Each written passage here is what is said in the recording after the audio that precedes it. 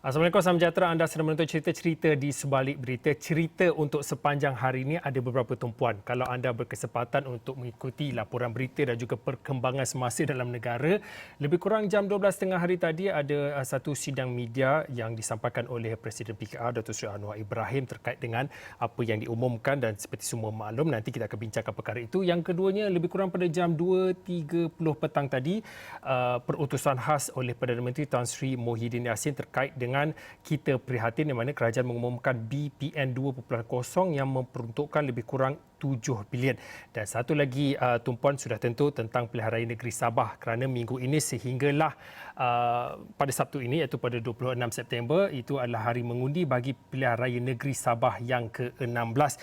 Tetapi untuk tumpuan yang pertama ini dan juga dalam cerita-cerita di sebalik berita, kita semua sedia maklum, kalau boleh saya nak tunjukkan di iPad saya ini, di esroawani.com. Jika anda berkesempatan untuk singgah di halaman kami, anda boleh lihat ada satu ruangan khas kami sediakan, itu adalah trending topik.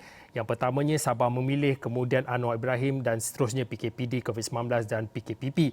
Kalau diikutkan dan juga kalau anda sempat melayari media sosial, antara yang menjadi trending adalah terkait dengan apa yang disebutkan dan juga apa yang menjadi buah cakap orang ramai tentang Datuk Seri Anwar Ibrahim, yang mana mendakwa beliau mendapat sokongan menghampiri 2/3 ahli parlimen untuk membentuk kerajaan baru, kerana jumlah itu bukan saja sekadar melebihi 5 ataupun 6 ahli parlimen. Sebelum saya nak pergi ke wartawan yang mengikut rapat tentang sidang media ini, apa kata kita dengarkan sedikit petikan, kita tarik sedikit dari apa yang disebutkan oleh Datuk Seri Anwar Ibrahim dalam sidang media pada tengah hari tadi.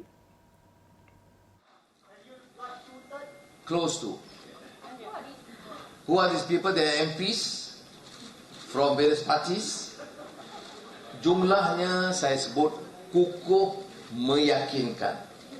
Jauh lebih daripada majoriti kecil 5-10. Mengapa saya tak mau sebut? Sebab saya meletakkan penghormatan kepada kedudukan ke bawah Duli Yang Maha Mulia, dan sepatutnya perkara yang kita perinci ini harus dimaklumkan kepada Tuanku Yang di-Pertuan Agong terlebih dahulu. Okey, itu apa yang disebutkan oleh Datuk Seri Anwar Ibrahim. Kalau boleh saya nak tunjukkan di iPad saya, ini adalah kenyataan media daripada Istana Negara yang mana mengatakan adalah dimaklumkan bahawa majlis menghadap Presiden PKR Yang Berhormat Datuk Seri Anwar Ibrahim dan juga isteri Yang Berhormat Datuk Seri Dr. Wan Azizah Wan Ismail yang dijadualkan sepatutnya berlangsung pada hari Selasa, telah ditangguhkan ekoran kegeringan Keduli Yang Maha Mulia Seri Paduka Baginda yang di-Pertuan Agong.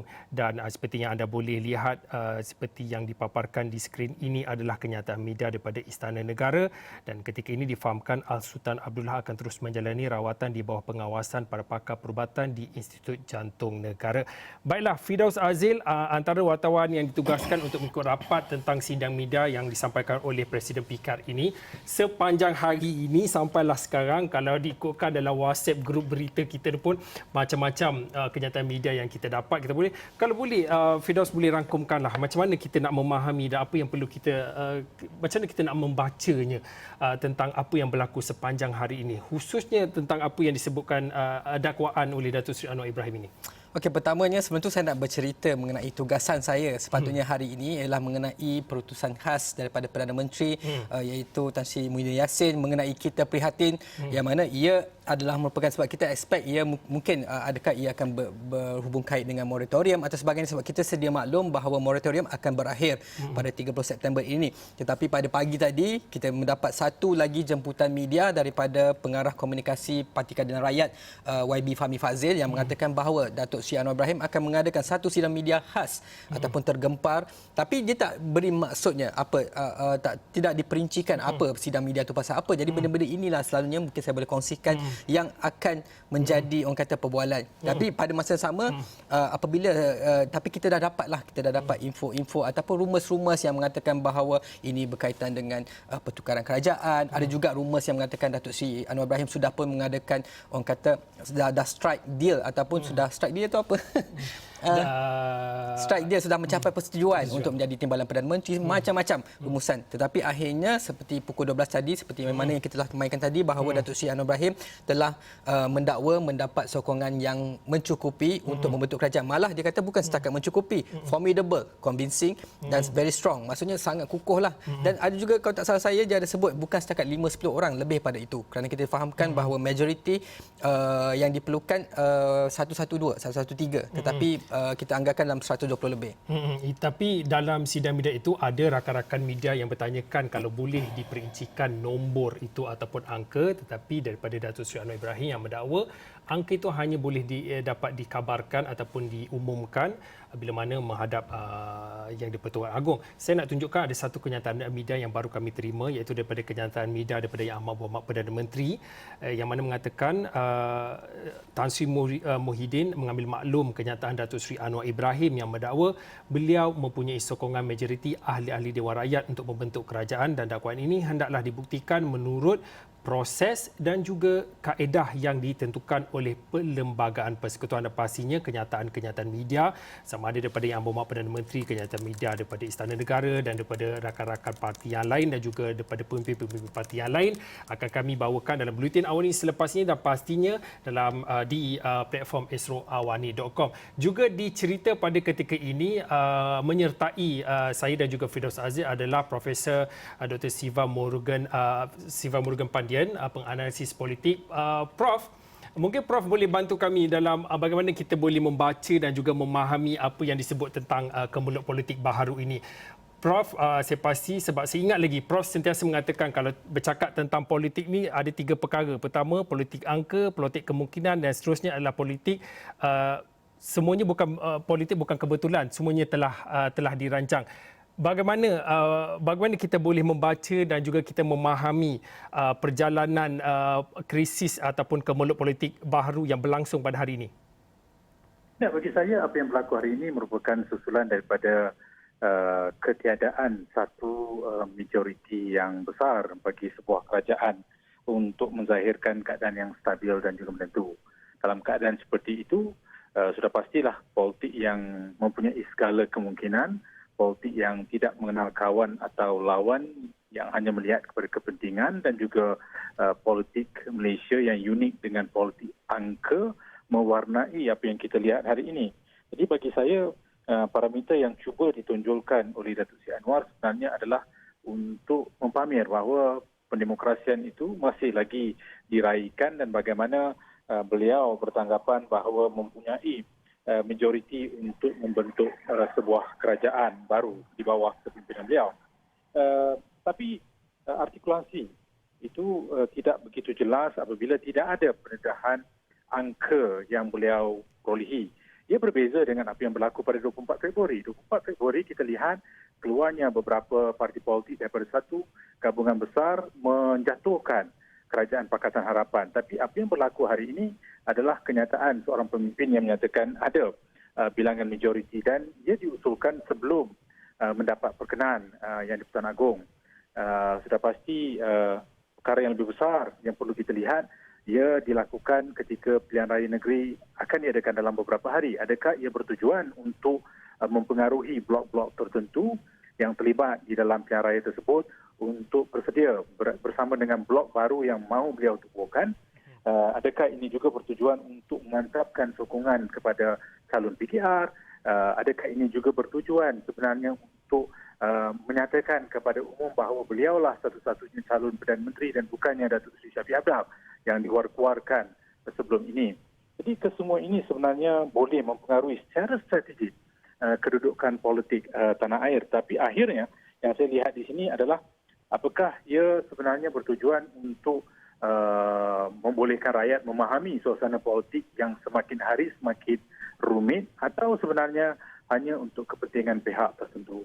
Profesor, Prof, saya ada soalan sedikit, Prof, untuk memahami sebab sepatutnya ada beberapa argumen ataupun hujah daripada beberapa pakar yang mengatakan sepatutnya secara legal ataupun secara konstitusional Anwar Ibrahim, Datuk Seri Anwar Ibrahim tidak ada hak untuk mengatakan bahawa Kerajaan Perikatan Nasional telah pun jatuh. Ini kerana ketika ini Perdana Menteri Tan Sri Muhyiddin ialah Perdana Menteri, dan jika Datuk Seri Anwar ingin membuat demikian, kata mereka perlu diusulkan satu usul tidak percaya melalui Dewan Rakyat. Sekiranya itu pun sekiranya berjaya, maka premiership ataupun jawatan itu tidak automatik jatuh ke Datuk Seri Anwar Ibrahim. Sebaliknya, Tan Sri Muhyiddin memandangkan dia masih memegang jawatan sebagai Perdana Menteri ketika itu, boleh ada hak di bawah perlembagaan untuk menasihati Yang di-Pertuan Agong untuk membubarkan. Bagaimana? Jadi saya nak kembali nak tanya pada Profesor mengenai kenyataan Anwar sebentar tadi dengan mengikut lunas-lunas perlembagaan. Adakah contradiction di situ, Prof? Ya, mengikut lunas perlembagaan, Tan Sri Muhyiddin Yassin masih lagi Perdana Menteri sah bagi negara kita Malaysia. Apa saja keputusan ataupun penerangan kenyataan yang dibuat oleh Datuk Seri Anwar Ibrahim haruslah melalui proses peraturan, perundangan dan juga perlembagaan. Sudah pasti yang mahu kita lihat adalah jika sekiranya Tan Sri Muhyiddin dikatakan tidak lagi mendapat kepercayaan majoriti ahli parlimen, maka itu harus dirujuk semula sama ada kepada parlimen ataupun diyakinkan oleh Datuk Seri Anwar sebagai pemimpin Pakatan Harapan kepada Yang-di-Pertuan Agong.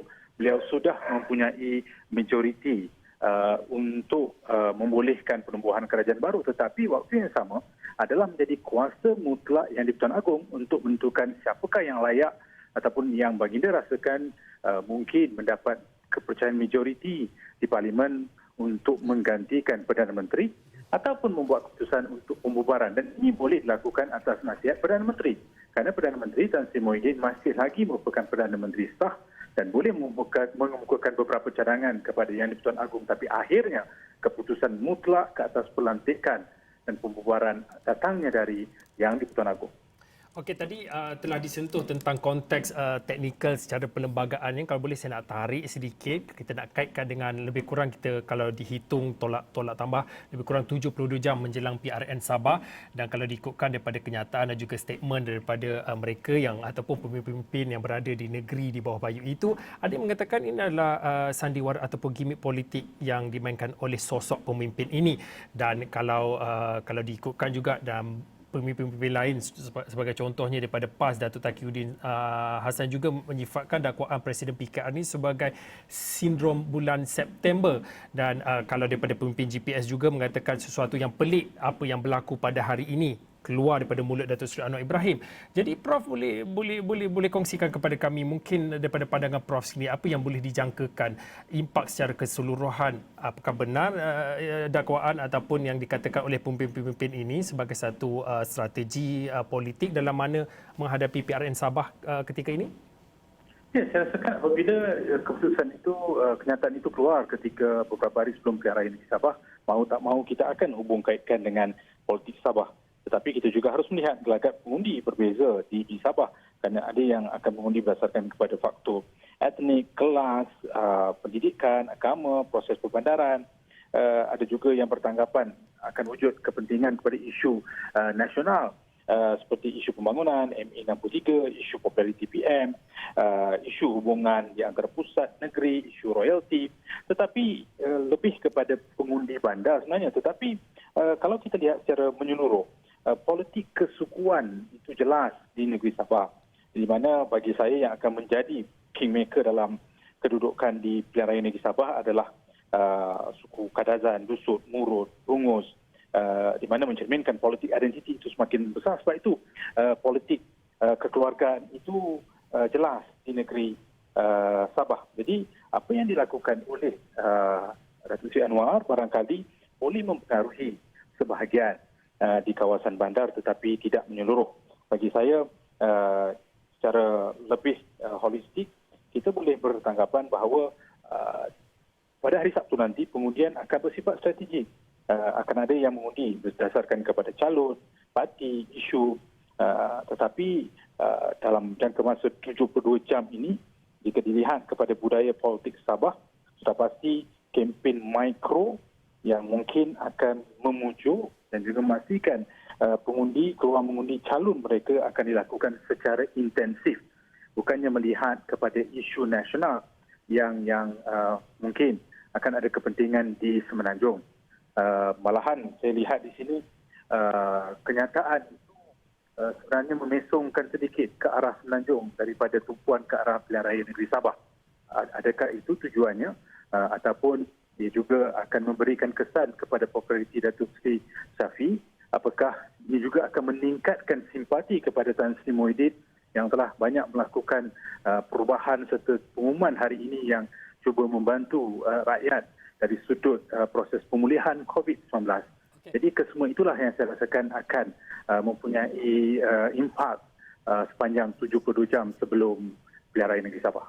Prof, saya nak menarik sedikit sebab kita agak intens hari ini. Saya nak bertanya, sejak pilihan raya umum yang pada 2018 banyak perkara baru yang kita saksikan, pertukaran kerajaan, bagaimana gabungan baru bekerjasama antara DAP dan sebagainya, dan juga bagaimana rakan kongsi Sabah dan juga Sarawak semakin mempertingkatkan kuasa autonomi mereka dan sebagainya. Tetapi kejadian ini hari ini, kenyataan Datuk Seri Anwar ini bukan merupakan perkara baru sebab apabila saya berkongsi di Twitter, ada yang berkongsi dengan saya ini adalah deja vu kerana pernah terjadi pada 16 September. Perkara ini pernah terjadi. Saya nak tanya Profesor sebagai orang yang pernah menilai, orang kata ketika itu sudah pun memantau keadaan ketika itu, adakah ketika itu orang kata reaksi masyarakat bagaimana, sentimen masyarakat bagaimana dan bagaimana pula kita boleh bandingkan dengan hari ini? Adakah sama, Prof? Ketika itu ramai terkejut seolah-olah satu perubahan yang besar akan berlaku, apatah lagi ketika itu Barisan Nasional kehilangan majoriti 2/3 buat kali pertama pada pilihan raya 2008. Dan selepas itu kita perhatikan banyak kenyataan, banyak wujud permainan psikologi sehingga ada yang menyatakan bahawa ada ahli Parlimen BN dibawa ke Taiwan untuk mempengaruhi melompat dan juga membawa kepada penubuhan kerajaan baru. Bila tidak berlaku, ia memberikan impak kepada reputasi dan juga kredibiliti Datuk Seri Anwar sendiri. Sebab itu, bila hari ini muncul sekali lagi, Tun Dr. Mahathir sendiri mengikat kenyataan ini dengan apa yang berlaku pada 2008. Jadi, kita boleh lihat reaksi yang muncul hari ini seolah-olah tidak begitu percaya dan juga meyakinkan kerana mungkin Datuk Seri Anwar sendiri tidak memberikan pendedahan sepenuhnya. Jika diberikan pendedahan sepenuhnya, saya percaya beliau mungkin boleh merasionalkan tindakan beliau. Apatah lagi pengalaman 38 tahun dalam politik sudah pasti akan digunakan sepenuhnya. Di sebalik itu juga, saya rasa kita lihat hari ini definisi politik boleh kita kembangkan kepada dua. Satu, definisi yang berdasarkan kepada kenyataan-kenyataan pihak berautoriti, politics defined by the authority, ataupun politik yang kita lihat hari-hari, politik defined by everyday life. Jadi yang kedua itu seolah-olah menyebabkan rakyat mula menyoal pihak berautoriti apakah mereka sengaja membuat kenyataan-kenyataan seperti ini untuk percaturan politik yang ada impaknya bukan saja kepada parti mereka tetapi juga kepada tanah air secara keseluruhan. Okey, baiklah, terima kasih kepada Profesor Dr. Siva Murugan Pandian atas perkongsian dan juga pandangan terkait dengan apa yang berlaku sepanjang hari ini. Kita bercakap tentang kemeluk politik baru dan juga Firdaus Aziz sempat menjadi co-anchor saya pada hari ini dan juga pada cerita ini. Baiklah, cerita berehat seketika kembali selepas ini.